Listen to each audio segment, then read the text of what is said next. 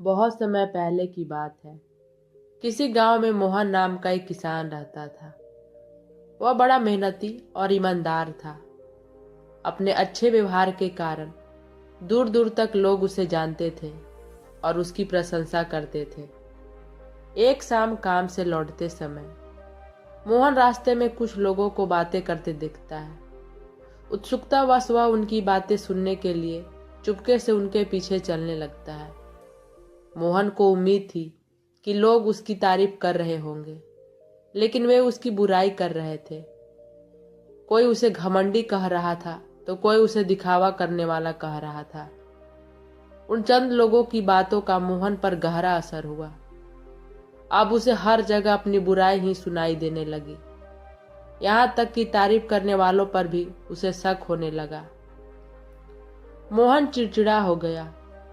उसकी पत्नी उसके इस बदले हुए व्यवहार को देखकर बहुत दुखी रहने लगी और एक दिन उसने मोहन से उसकी परेशानी का कारण पूछा।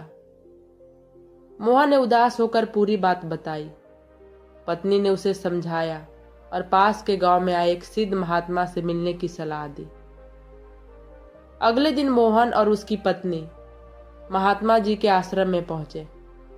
मोहन ने अपनी समस्या बताई कि कैसे उस एक दिन के बाद से उसे अपनी इज्जत खोने का डर सता रहा है। महात्मा जी समस्या समझ गए। उन्होंने मोहन से कहा, पुत्र, आज की रात तुम यहीं रुको, कल हम इसका समाधान निकालेंगे। रात को सोते समय अचानक मेढकों के टर टर का बहुत तेज शोर होने लगा।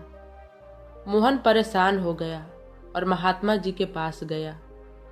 मोहन ने कहा, महाराज, इस शोर में कोई कैसे सो सकता है? ऐसा लगता है तालाब में हजारों की संख्या में मेढक है। मैं कल इन्हें यहाँ से हटवा दूंगा। अगले दिन सुबह मोहन मजदूरों और जाल के साथ तालाब पर पहुंचा। महात्मा जी भी शांति से सब देख रहे थे। मजदूरों ने तालाब में जाल डाला। थोड़ी देर की मेहनत के बाद जब जाल बाहर निकला तो मोहन हैरान रह गया। हजारों की उम्मीद के बदले जाल में केवल 50-60 मेढक ही थे। महात्मा जी बोले, देखा पुत्र, ये मुट्ठी भर मेढक ही इतना शोर कर रहे थे और तुम्हें हजारों का भ्रम हुआ। इसी तरह तुम्हारी बुराई करने वाले भी मुट्ठी भर ही हैं। उन्हें पूरी दुनिया मत समझो। मोहन को अपनी गलती समझ आ गई। वह फिर से खुश रहने लगा। यह कहानी से हमें यह सीख मिलती है, जीवन में मुट्ठी भर लोगों की आलोचना को पूरी दुनिया की राय न माने। सकारात्मक रहें और समस्याओं को डटकर सामना करें।